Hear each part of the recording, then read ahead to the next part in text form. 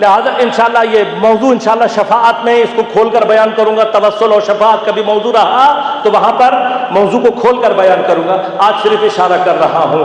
ہم شفیع اس کو بناتے ہیں جس کا نام لیے بغیر نماز قبول ہی, اور جانتے ہیں اب نماز قبول ہوگی تو باقی اعمال قبول ہوں گے. اگر نماز رد ہو جائے تو جتنے حج کیے ہوں سب ضائع, جتنی زکات دی ہو سب ضائع, جتنا جہاد کیا ہو سب ضائع, جتنا روزہ سارے کا سارا ضائع ہوگا. اگر نماز رد ہو جائے تو ایک مرحلہ نماز کے رد کا کیا ہوگا؟ نماز کو تول کے صرف یہ دیکھا جائے گا اس میں آل محمد کا درود ہے. تو جس کی وجہ سے نماز قبول ہوتی ہے اسی کو وسیلہ بناتے ہیں, اور قیامت کے دن اسی کی شفاعت اسی سے متوقع ہے. تفصیلات انشاءاللہ اپنی جگہ پر محفوظ ہیں. مرحلہ کیا ہے؟ مرحلہ یہ ہے کہ یہ جو درود ہے آل محمد تک, یہ سارے کا سارا امت اسلامی میں ثابت درود ہے, ثابت ہے. اس سے آگے اس سے پیچھے کوئی اور درود متفق علیہ نہیں ہے. میں واقعاً حیران ہوں, یعنی ایسی چیزیں علماء سے, میں تو ایک طالب علم ہوں, اب جو اسلامی نظریاتی کونسل میں ہمارے جو بزرگان تمام کے تمام قابل قدر علماء وہاں تشریف رکھتے ہیں, میں ایک طالب علم کی حیثیت سے پچھلے دنوں ایک بیانیہ آپ نے جاری کیا ہے درود کے حوالے سے, اس کے حوالے سے ایک سوال پوچھنا چاہتا ہوں. آپ لوگ بھی اگر وہ عبارت دیکھنا چاہتے ہیں انشاءاللہ نیٹ پر آپ کو کہیں نہ کہیں مل جائے گی, بالکل نہ ملے تو مجھ سے انشاءاللہ رابطہ کر لیجئے گا, میں کوشش کروں گا کہ آپ تک وہ بیانیہ پہنچا دوں. اسلامی نظریاتی کونسل کا درود کے اوپر جو بیانیہ ہے اس کا اختصار کے ساتھ یہ عرض کر دوں کیا کہہ رہے ہیں. کہہ رہے ہیں کہ محمد و آل محمد تک درود متفق علیہ تمام مسلمانوں میں ہے, لیکن مسلمانوں کا بالاتفاق یہ شیوہ رہا ہے. اب میں ایک مقدمہ بنا چکا ہوں گفتگو کا, اگر سارے مسلمان جمع ہو جائیں اور وہ چیز جو پیغمبر کی حدیث سے صحابہ کے سیرت سے ثابت نہ ہو رہی ہو اسے مل کر دین میں شامل کرنے کی کوشش کریں, یہ میں نہیں کہتا, خود اہل سنت کے فقہ کے مطابق بدعت ہے, اور بدعت حرام بھی ہے اور کیا ہے, شرک بھی ہے. اب میں یہ تمام علماء قابل قدر ہیں, میں ایک طالب علم ہوں بہت ادنا سا, میں نے آپ ہی کی کتابوں میں آپ ہی کے دروس میں یہ سیکھا ہے کہ اگر کوئی اجماع نص کے مقابل پر آ جائے بدعت ہو جاتا ہے. اب آپ اپنے بیانیے میں کہہ رہے ہیں کہ جو درود پیغمبر کی احادیث اور اصحاب کی سیرت سے ثابت ہے وہ آل محمد پر آ کر ختم ہو جاتا ہے, اس سے آگے کا جو درود ہے وہ کسی صحابی نے نہیں پڑھا, حتیٰ کسی تابعی سے بھی ثابت نہیں ہو رہا. تو جب یہ نہ پیغمبر کی حدیث سے ثابت ہو رہا نہ اصحاب کی سیرت سے ثابت ہو رہا, تو پھر اگر سارے مسلمان مل کر یہ کہیں کہ ہم اس کو شامل کرنا چاہتے ہیں تو آپ کے اپنے قول کے مطابق وہ بدعت بنتا چلا جائے. تو مجھے اس کا جواب چاہیے. آپ نے تو بیانیہ جاری کر دیا, اور جن حکومت کے کارندوں کو آپ نے دیا ہے ان کا نہ دین سے کوئی تعلق ہے نہ فقہ سے, ان کی تو ایکسپرٹیز نہیں ہے نا. میں تو ایک ادنا سا طالب علم ہوں دین کا. میرا آپ سے سوال ہے, اب آل محمد میں کون کون شامل ہے اور کون کون شامل نہیں ہے, انشاءاللہ عقل قرآن اور پھر انشاءاللہ حدیث پیغمبر اکرم صلی اللہ علیہ وآلہ وسلم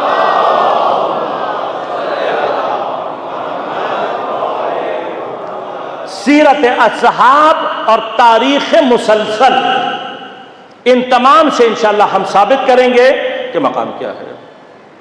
یہ وہ ساری ابحاث ہیں انشاءاللہ جو اگر خداوند کریم کی مدد ہماری شامل حال رہی تو ان ایام میں کوشش کروں گا کہ آپ کی خدمت میں پیش کر سکوں.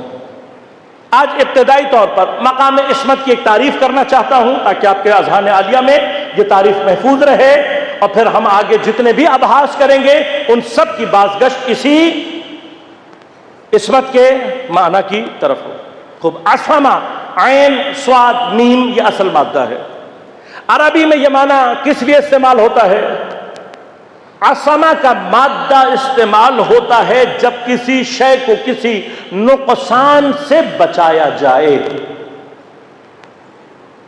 قرآن نے یہ لفظ استعمال کیا، استعمال کیا خاص طور پہ دو مقامات۔ لفظ یہ جو عصمہ ہے یہ قرآن نے دو مقامات پر استعمال کیا۔ ایک سورہ مبارکہ یوسف میں،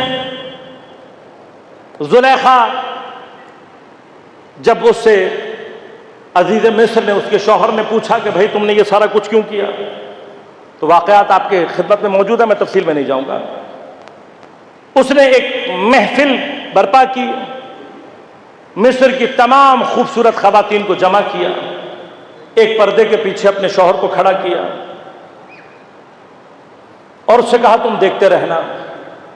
دوسری جانب حضرت یوسف علیہ السلام کو آرائش کر کے آپ سے یہ کہا کہ آپ اس محفل سے ایک کونے سے دوسرے کونے تک چلے جائیں۔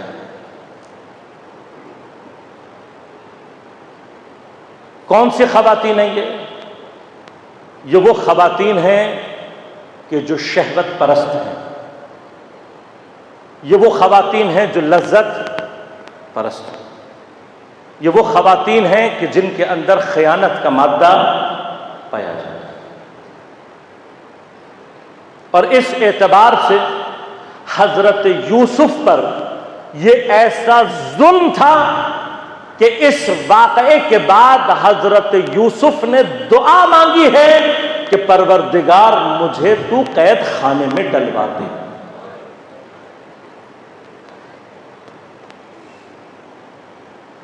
یہ مظلومیت نبوت ہے، یہ معصوم کے ساتھ مرد ہے،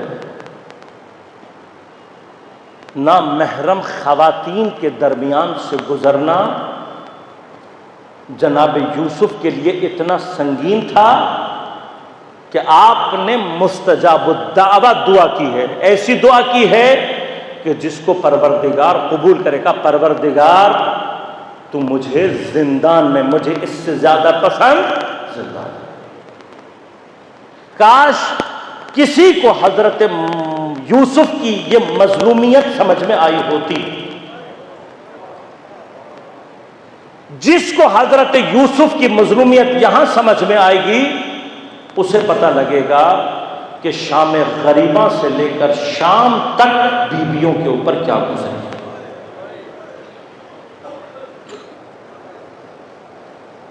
جو قوم حیا کے معنی نہیں جانتی، جو قوم عفت کے مضمون سے ناآشنا ہے، جو خواتین حجاب کو اپنے لیے اذیت اور آزار سمجھتی ہیں، جو خواتین اپنی نمائش کو فیشن سمجھتی ہیں، جو خواتین بدحجابی کو اپنا حق سمجھتی ہیں، ان کو کبھی سمجھ میں نہیں آئے گا کہ شام غریبہ خواتین، شام غریبہ اہل بیت کے گھر کی خواتین کے اوپر مصیبت کیا نازل ہوئی تھی۔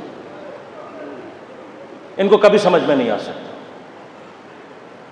یہ صرف وہی درک کر سکتا ہے جو خود حیا کو اپنے اندر رکھتا ہے۔ لہذا عزیز مصر نے کیا کہا؟ عزیز مصر نے کہا، جب زلیخا نے کیا کہا کہ یہ تھا، کیا ہوا آپ جانتے ہیں، حضرت یوسف گزرے، سب کے ہاتھ میں ایک ایک نارنگی اور ایک ایک چاقو دے دیا۔ جب حضرت یوسف گزرے ہیں تو یہ شہوت پرست عورتیں آپ کے حسن میں اتنا ڈوب چکی تھیں کہ کب ان کے ہاتھ کٹے ان کو پتہ ہی نہیں چلا۔ یہ منظر دکھایا اس نے اپنے شوہر کو، اور اس کے بعد کہا یہ تھا جس کی وجہ سے تم میری ملامت کر رہے تھے، اور پھر اقرار کیا کہ لقد راودتہ عن نفسہ فاستعصم۔ یہاں پر عصمت کا معنی استعمال کیا اللہ ہے۔ میں نے اس کو فجور کے لیے، میں نے اس کو گناہ کے لیے اپنی طرف طلب کیا، فاستعصم، اس نے عصمت کو اختیار کیا۔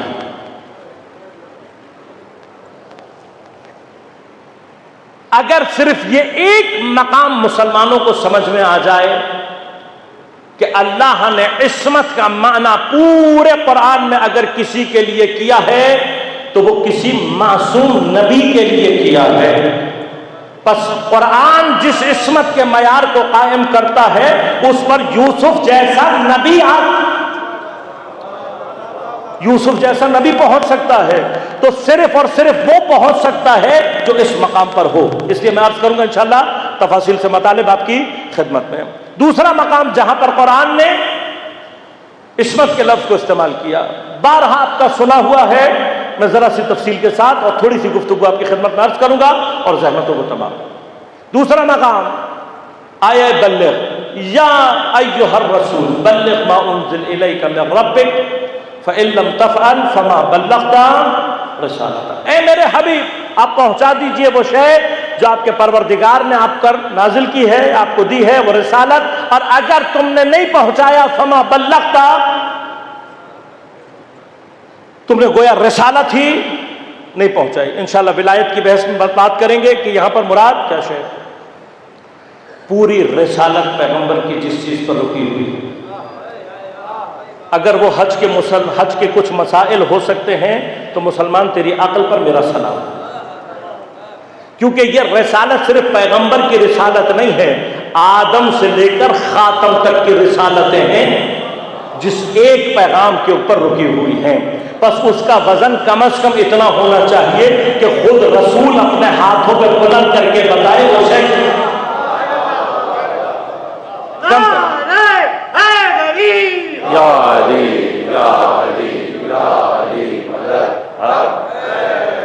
کم از کم وزن اتنا ہو کہ خود اپنے ہاتھوں سے پیغمبر بلند کر کے بتا سکے کیا ہے۔ کیا کہا اللہ تعالیٰ نے؟ واللہ یعصمک من الناس، اے میرے حبیب اللہ تمہیں کیا کرے گا؟ اب میں لفظ استعمال کر رہا ہوں، معصوم رکھے گا لوگوں سے، یہ میں نے معنی کیا۔ اب اس کا معنی کیا کریں گے آپ؟ ساری دنیا کیا معنی کرتی ہے؟ اللہ تمہیں بچائے گا لوگوں سے۔ بس عصمت کا اصل معنی کیا ہے؟ بچانا یا بچائے رکھنا؟ کیا معنی کریں گے؟ اللہ بچائے گا سے مراد کیا ہے؟ ایک دفعہ پھنسو گے پھر بچائے گا، یا واللہ یعصمک من الناس سے مراد کیا ہے؟ یعنی کیا مسئلہ ہے؟ مسئلہ صرف یہ ہے کہ جو تم پہنچانا چاہتے ہو کچھ لوگ یہ پہنچانے نہیں، بھئی یہی معنی ہے نا، واللہ یعصمک من الناس کا معنی کیا بنے گا؟ یعنی جب تم پھنسو گے بچائے گا؟ نہیں، ایسا نہیں ہے، تم پہنچاؤ۔ اب میں لفظ استعمال کر رہا ہوں آپ کی اور اپنے آسانی کے لیے، تم ڈرو مت، تم پریشان مت ہو، جو تم نے پہنچانا ہے وہ اتنا مہم ہے کہ تمہاری نہیں، آدم سے لے کر تم تک ساری رسالات اسی پر رکی ہوئی ہے، لیکن کچھ لوگ ہیں جو اس کو نہیں پہنچانا دینا چاہتے ہیں جو اب تم نے پہنچانا ہے۔ بس اس کا مطلب کیا ہوا؟ رسول کی اس تبلیغ کے راستے میں کچھ لوگ حائل ہیں، اور وہ ایسے ہیں کہ اللہ پیغمبر سے یہ کہہ رہا ہے کہ تمہیں ڈرنے کی ضرورت نہیں ہے، میں تمہیں ان سے بچا کر رکھوں گا، میں تمہیں بچا کر رکھوں گا۔ اب سوال صرف اتنا ہے، پیغمبر نے پہنچایا یا نہیں؟ اب کچھ بھی ہو، تھوڑی دیر کے لیے مان لیں کچھ بھی ہے، کچھ بھی تھا، اگر آپ کہتے ہیں پیغمبر نے نہیں پہنچایا تو پھر رسالت خطرے میں۔ اگر آپ یہ کہتے ہیں کہ پہنچا دیا تو میرا سوال آپ سے صرف اتنا ہے، خدا نے بچایا یا بچا کے رکھا؟ خب اگر یہاں پر عصامہ کا معنی یہ نکل رہا ہے کہ خدا بچا کر رکھے گا، تو آیہ تطہیر سے جو عصمت ثابت ہوگی وہ خود بخود ثابت ہو جائے گی۔ پاک کرے گا نہیں، تمہیں پاک رکھے گا انشاءاللہ مطلب کو اپنی جگہ ثابت کروں گا۔ یہاں پر عصمت کیا مراد کیا ہوئی؟ بچا کر رکھے گا، یعنی کچھ ایسا تمہارے اندر عطا کرے گا، تمہیں ایسی کیفیت میں رکھے گا کہ یہ لوگ اس تبلیغ کے درمیان حائل نہیں ہو سکیں گے۔ بس اب میں سارے عالم اسلام سے ایک سوال کرنا چاہتا ہوں، یہ وہ لوگ کون ہیں کہ جن سے اللہ اپنے پیغمبر کو بچا کر رکھنا چاہتا؟ بھئی کوئی تو نام ہوگا نا ان کا نام کوئی تو ہوگا۔ اب یہ کون ہے؟ کیا یہ کفار ہیں؟ تو آپ جانتے ہیں کہ یہ وہ مقام ہے کہ جس سے پہلے پیغمبر نے تبوک کے مرحلے میں جا کر اس سرحد پر جس سرحد سے رومیوں اور ایرانیوں دونوں سے خطرہ تھا، اتنا بڑا لشکر لے جا کر پیغمبر نے دونوں کو اتنا خوفزدہ کر دیا تھا کہ نہ پھر روم کی ہمت ہوئی حملہ کرنے کی، نہ ایران کی ہمت ہوئی اس مسلمانوں پر حملہ کرنے کی۔ مشرکین کا سلسلہ اور چیپٹر پیغمبر نے ویسے ہی بند کر دیا۔ کفار کا سلسلہ مکے کی فتح کے بعد ختم ہو گیا۔ مشرکین کا سلسلہ سورہ براءت کے ساتھ ختم ہو چکا۔ اب نہ کافروں کا خوف ہے، نہ رومیوں کا خوف ہے، نہ ایرانیوں کا خوف ہے، تو واحد خوف جو بچتا ہے مسلمانوں کی صفوں میں موجود کچھ منافقوں کا۔ تو اتنا تو ماننا پڑے گا کہ پیغمبر کی حیات کے آخری مرحلے میں یہ منافق اتنے طاقتور ہو چکے تھے کہ اللہ نے کہا اے نبی اب پہنچا دو اور پھر ڈرنا نہیں ہے، ہم ان سے تمہیں بچا کر رکھیں گے۔ لہذا کل میں گفتگو کو یہاں سے شروع کروں گا کہ یہ منافقین یہ کون سی کیفیت ہے، یہ کون لوگ ہیں اور کیا سلسلہ ہے، اور عصمت کے معنی شیعوں کے نزدیک عصمت کے کیا معنی ہیں، باقی جو فقہائے اسلام ہیں ان کے اندر فرقے جو موجود ہیں ان کے اندر عصمت کا کیا معنی ہے اور کون سا معنی قرآن کے معنی سے سازگار ہے یا نہیں، انشاءاللہ یہ مطالب آپ کی خدمت میں عرض کروں گا۔ اس سے پہلے کہ میں مصائب کے حوالے سے مطالب آپ کی خدمت میں عرض کروں، ایک مقام جو آپ کی خدمت میں عرض کرنا ضروری سمجھتا ہوں۔ کل جو حادثہ گلگت شہر میں پیش آیا، سب سے پہلے تو ہم شدید مذمت کرتے ہیں اس حادثے سے متعلق کہ جو پیش آیا ہے، اور آپ جانتے ہیں کہ یہ شریر ایک اقلیت ہے، تکفیری اقلیت ہے، اس کا ہرگز تعلق، میں ہر دفعہ کہہ چکا ہوں، بار بار کہتا رہوں گا کہ اس کا ہمارے برادران اہل سنت سے کوئی تعلق نہیں۔ ہم اس بات کو بہت اچھی طرح سے جانتے بھی ہیں اور اس کو بہت اچھی طرح سے مانتے بھی، ہمارا ایمان ہے۔ یہ اصلاً ڈپلومیٹک الفاظ نہیں ہیں، اس منبر سے ذمہ داری کے ساتھ کہہ رہا ہوں، یہ ہمارے ایمان کا حصہ ہے، یہ ہمارے یقین کا حصہ ہے کہ ہمارے برادران اہل سنت اور خصوصاً محبان اہل بیت ان کا کوئی تعلق اس تکفیری گروہ سے نہیں۔ یہ وہ اقلیت ہے کہ جسے متاسفانہ پاکستان میں حکومتی سرپرستی حاصل ہے، اور یہ بار بار ہو رہا ہے، مسلسل ہو رہا ہے۔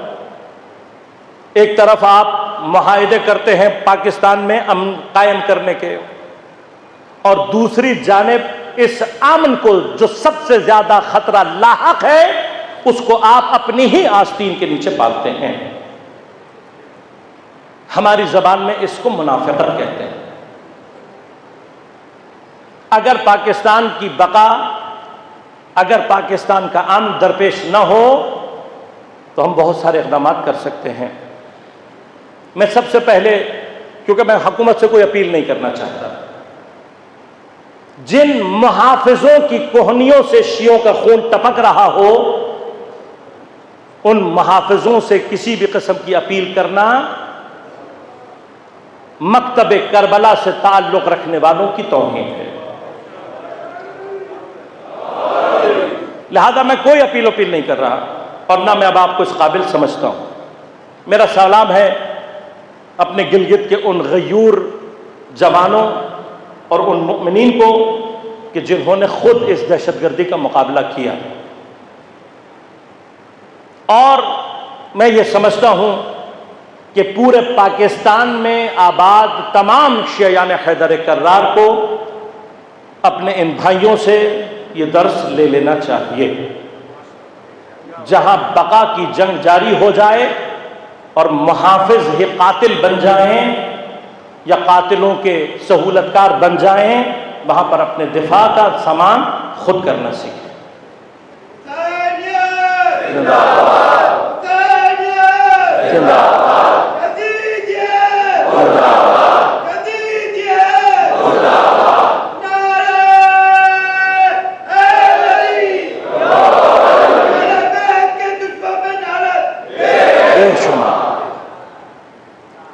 بہت واضح سی باتیں ہیں، میں وہ موضوعات چھیڑنا نہیں چاہتا ہوں.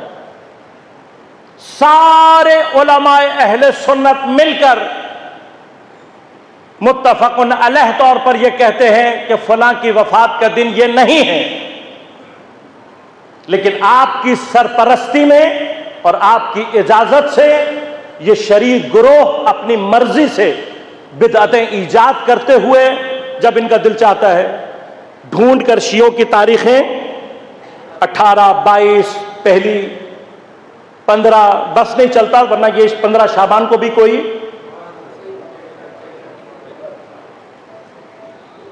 ڈھونڈ لیں گے کسی نہ کسی کو.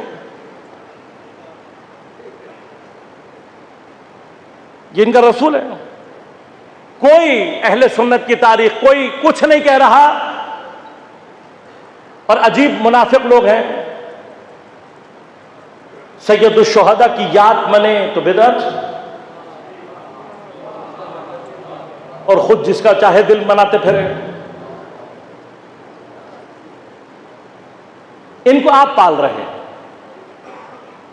اور میں صرف اتنا بتا دوں کہ یہ وہ مار آستین ہیں جو اگر خدا نے چاہا تو سب سے پہلے آپ کو ہی ڈسیں گے اور ڈس رہے ہیں. میرا آپ سے صرف التماس یہ ہے کہ اپنی حفاظت کا انتظام خود کرنا سیکھیں. اس لیے کہ کربلا کے دروس میں سے، کربلا کے اہداف میں سے ایک ہدف کیا ہے کہ جب بقا کی جنگ لڑنی پڑ جائے تو پھر کفن بھی اگر سر پر باندھنا پڑے تو کفن کو بھی سر پر باندھنا سیکھیں.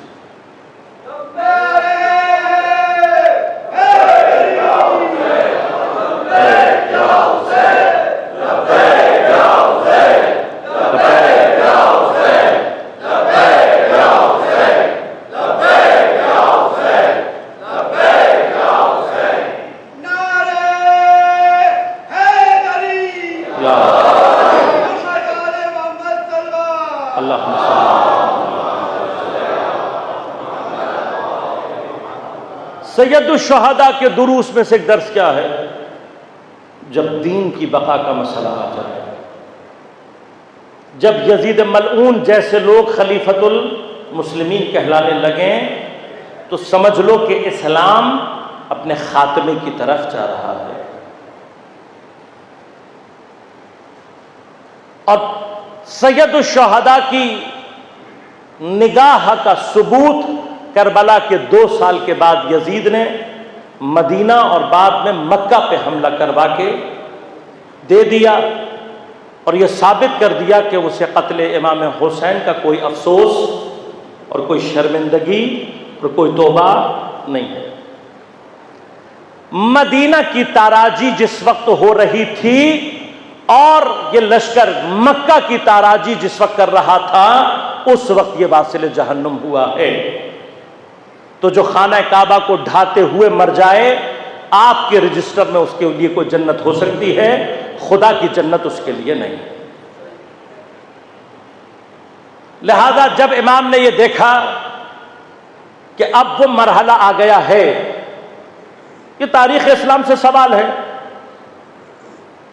کیوں پیغمبر کی شہادت کے 50 سال کے بعد اور کیسے پیغمبر کی شہادت کے 50 سال کے بعد یزید جیسا شخص فاسق و فاجر اپنے آپ کو خلیفۃ المسلمین کہلانے کے قابل بنا؟ یہ پوری تاریخ اسلام سے سوال ہمارا. لہذا جب بنا اور اسلام خطرے میں دوچار ہوا، لہذا یاد رکھیے گا کہ یزید کو یہاں تک پہنچانے میں منافقین، مشرکین اور یہودی، یہ 3 عناصر ہیں جنہوں نے مل کر یزید کو اس مقام تک پہنچایا ہے. اور اپنے طور پر انہوں نے یزید کو یہاں تک پہنچانے کے بعد اسلام کو ختم کرنے کا جو پلان تھا وہ مکمل کر لیا.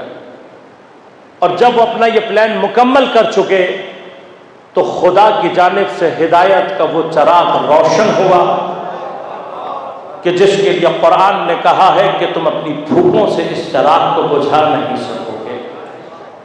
اور اس چراغ کو سید الشہداء نے کربلا میں اپنے اور اپنے ساتھیوں کے خون سے سینچا ہے. اپنا خون دے کر روشن کیا ہے، اور باطل کی منہ کی پھونکے اس چراغ کو بجھا نہ سکیں، سیدہ زینب نے اپنی چادر کا حصار عطا کر دیا ہے۔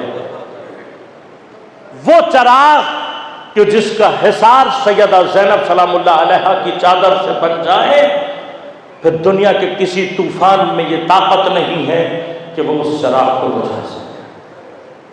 لہذا جب یزید کے اس مقام پر پہنچنے کی اطلاع ملی، اور ولید جیسے فاسق شخص نے، میں اس لیے کہہ رہا ہوں کہ قرآن کی آیہ نبا میں جس شخص کو قرآن نے فاسق کہہ کر پکارا ہے بالاتفاق المسلمین، وہ شخص ولید ہے، جو اس وقت حاکم اور والی مدینہ ہے۔ میرا مسلمانوں سے پھر ایک سوال ہے، وہ کون سا اسلام ہے جس میں قرآن کا فاسق کہا ہوا ریاست مدینہ کا والی بن جاتا ہے؟ یہ کون سا اسلام ہے؟ یہ کون سی ریاست مدینہ ہے کہ جس کو قرآن فاسق کہہ کر پکارے وہ اسی ریاست مدینہ کا کیا بن جائے؟ والی۔ لہذا جب اس نے امام کو بلایا تو پہلے امام نے مشورہ کیا، کربلا کی بنیاد ڈل رہی ہے، لہذا سید الشہداء نے کربلا کے عناصر کو جمع کیا۔ جناب عباس، جناب امام سجاد، جناب زینب و جناب ام کلثوم سلام اللہ علیہما، ان سب کو جمع کیا، عناصر کربلا ہے۔ امام نے کہا اس نے بلایا ہے، میں ضرور جاؤں گا۔ تو جناب زینب ارشاد فرماتی ہیں، بھائی جائیں لیکن میں آپ کو تنہا جانے نہیں دوں گی۔ خود جناب زینب سلام اللہ علیہا کا یہ جملہ تاریخ میں آپ کی سیاسی بصیرت کو روشن کرتا ہے کہ میری بیوی دیکھ رہی ہے کہ حالات کیا ہو چکے ہیں، لہذا حضرت نے بھی جناب زینب شریکت الحسین شریکت الکربلا، آپ کے مشورے کو قبول کیا۔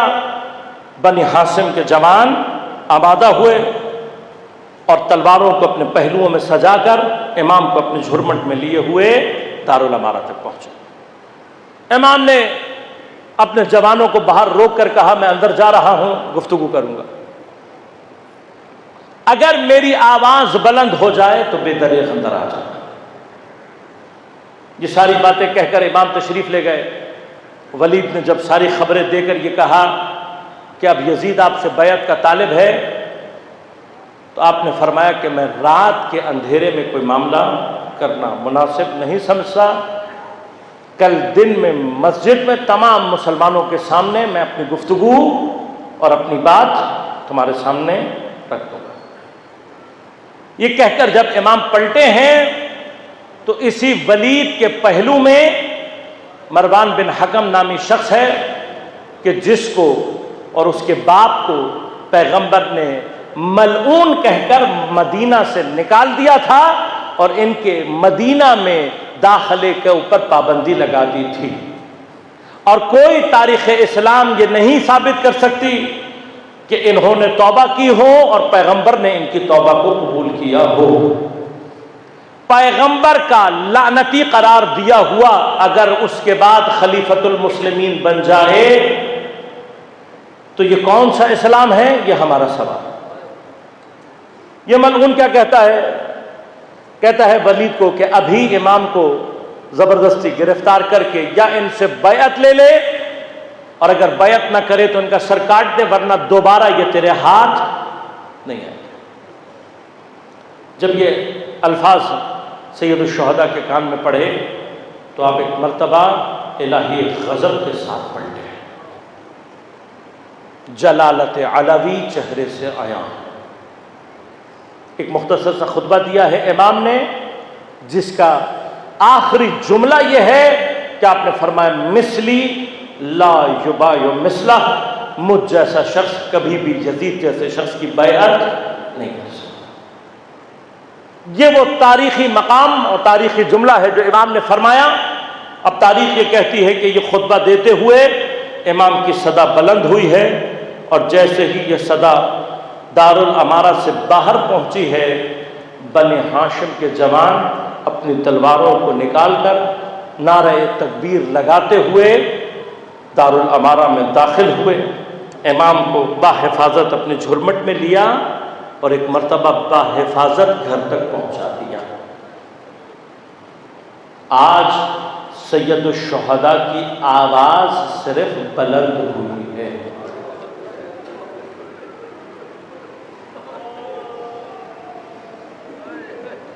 مظلومیت کیا ہے میرے مولا کی؟ عصر عاشور سید الشہداء بلند آواز نہیں ہے، استغاثہ۔ عربی میں استغاثہ چیخ کر کسی کو مدد کے لیے بلانا۔ میں اور آپ بہت آسانی سے جملہ پڑھتے ہیں کہ حضرت نے کہا حل من مغیث یغیثنا، روایت کیا کہہ رہی ہے؟ آپ نے استغاثہ کیا، یعنی کیا؟ اس قدر تنہا اور مظلوم ہو گیا تھا میرا مولا کہ کربلا کے ریگستان میں چیخ کر کہہ رہا تھا حل من مغیث یغیثنا، ہے کوئی میری مدد کرنے والا؟ اور اس استغاثے کا جواب کربلا میں تڑپتے ہوئے کچھ لاشیں دے رہے تھے۔ مولا کاش خدا ہمیں زندگی دے، ہم دوبارہ اپنی جانوں کو نچھاور کرنے کے لیے آپ کی خدمت میں پہنچ جائیں، یا اس استغاثے کا دوسرا جواب میرے مولا کے 6 مہینے کے مجاہد لے لے۔ حالات آ کر جب بیان کیے تو اب مشورہ یہی ہے کہ نانا کے مدینے کو ترک کرتے ہیں۔ تاریخ جو بتاتی ہے وہ یہ ہے کہ میرے مولا کے لیے نانا کے روضے کو چھوڑنا بڑا سخت مرحلہ تھا۔ بار بار سید الشہداء نانا کی قبر پر گر جاتے تھے، لپٹ کر اتنا روتے تھے کہ غشی کا عالم طاری ہو جاتا تھا۔ ایک مرتبہ اسی عالم میں دیکھا کہ پیغمبر آئے ہیں، ساتھ ایک لشکر ہے فرشتوں کا، ارے خود پیغمبر کے سر پر امامہ نہیں ہے، گریبان کھلا ہوا ہے، حالت گریہ وہ جاری کر رہے ہیں، فرشتے اسی حالت میں ماتم کرتے ہوئے ساتھ ہیں، اور آ کر پیغمبر یہ کہہ رہے ہیں اے میرے بیٹے، اے میرے جگر کے ٹکڑے، میں تجھے 3 دن کا بھوکا اور پیاسا قتل ہوتا ہوا دیکھ رہا ہوں، اے میرے بیٹے میں دیکھ رہا ہوں میرے امت کے خبیث لوگ تجھے بھوکا اور پیاسا کربلا میں قتل کر دیں گے، ارے میں وعدہ کرتا ہوں کہ میری شفاعت ان تک نہیں پہنچے گی، اے میرے بیٹے تیرا خدا تجھے قتیل دیکھنا چاہتا ہے۔ بس یہ وہ منظر تھا جب ایک مرتبہ روتے ہوئے سید الشہداء بلند ہوئے، جانتے ہیں اب جو رسول سے جدائی ہوگی تو دوبارہ پیغمبر کا مرقع دیکھنا نصیب نہیں ہوگا۔ ارے اتنی سختی سے میرے مولا نے اپنے نانا کی برکت کو ودا کر دیا، تاریخ نے سارا منظر لکھ دیا۔ کیوں؟ اس لیے کہ جب سید الشہداء رات کی تاریکی میں اپنی ماں کی برکت سے جدا ہو رہے ہیں تو سیدہ کی تو مظلومیت یہ ہے کہ قبر کا نشان معلوم نہیں ہے، لیکن میرا دل یہ کہتا ہے ارے وہ ماں جو حسین کے گریہ پر اپنے کفن کے بند توڑ کر حسین کو سینے سے لگا لیتی ہے، ارے اس سے جدا ہوتے ہوئے جب اس کی مرقت پر لپٹ کر میرا مولا رو رہا ہوگا، خدا جانے تربت کے اندر سیدہ پر کیا گزر رہی ہوگی۔ حسین جدا ہونا چاہتے ہیں، کاروان تیار ہو گیا ہے، سواریاں آ گئی ہیں، ہودج لگے ہوئے ہیں، ہماریاں سجی ہوئی ہیں، اس کے باوجود کہ رات کی تاریکی ہے قناتوں کو لگا کر راستہ روکا گیا۔ کیوں؟ اس لیے کہ مخدرات عصمت و طہارت سوار ہونا چاہتی ہے۔ ارے عصمت کے گھرانے کی بیٹیاں ہیں، پردے کا اتنا خیال رکھا جا رہا ہے، بس بعض راویوں نے نقل کیا شب کی تاریکی میں اتنے پہرے میں جب بیویاں باہر آ رہی تھی، ہر بیوی کا کوئی نہ کوئی وارث آگے بڑھ کر اس کو سہارا دے رہا تھا۔ جناب ام فروا آئی، جناب قاسم نے سہارا دے کر سوار کیا، جناب ام رباب آئی، جناب علی اکبر نے سہارا دے کر سوار کیا، جناب ام کلثوم آئے. جناب عباس نے سہارا دے کر سوار کیا، لیکن جب ساری بیویاں سوار ہو چکی اور آخر میں ایک مخدرہ باہر آئی ہے، تو ایک مرتبہ بنی ہاشم کے جوانوں میں سراسیمگی کی کیفیت ہے. ارے کوئی آگے بڑھ کر ابا کے دامن کو اٹھا رہا ہے، کوئی آگے بڑھ کر بازوؤں کو سہارا دے رہا ہے، کسی نے آگے بڑھ کر اپنے زانوں کو طے کیا. سیدہ اپنا پیر رکھ کر سوار ہوگی، کسی نے حوض کے پردوں کو سنبھالا ہوا ہے. ارے یہ احتشام، یہ جلالت دیکھ کر پوچھنے والے نے پوچھا کس کی سواری ہے؟ کہا فاطمہ کی بیٹی ہے، علی کی بیٹی ہے، عباس کی بہن ہے، زینب کبریٰ سوار ہوا چاہتی ہے. ارے اتنی جلالت کے ساتھ سوار ہو گئی تو جب 11 محرم کی صبح سر پر رہنا تھی، ہاتھ پسے گردن بندھے ہوئے تھے، ایک مرتبہ بے کجاوہ اونٹ کے پاس پہنچ کر گنج شہیدہ دیکھ کر حسرت سے یاد کیا ہوگا، پکار کر کہا ہوگا ارے میرے ارے میرے قاسم، ارے میرے علی اکبر، ارے میرے ابا.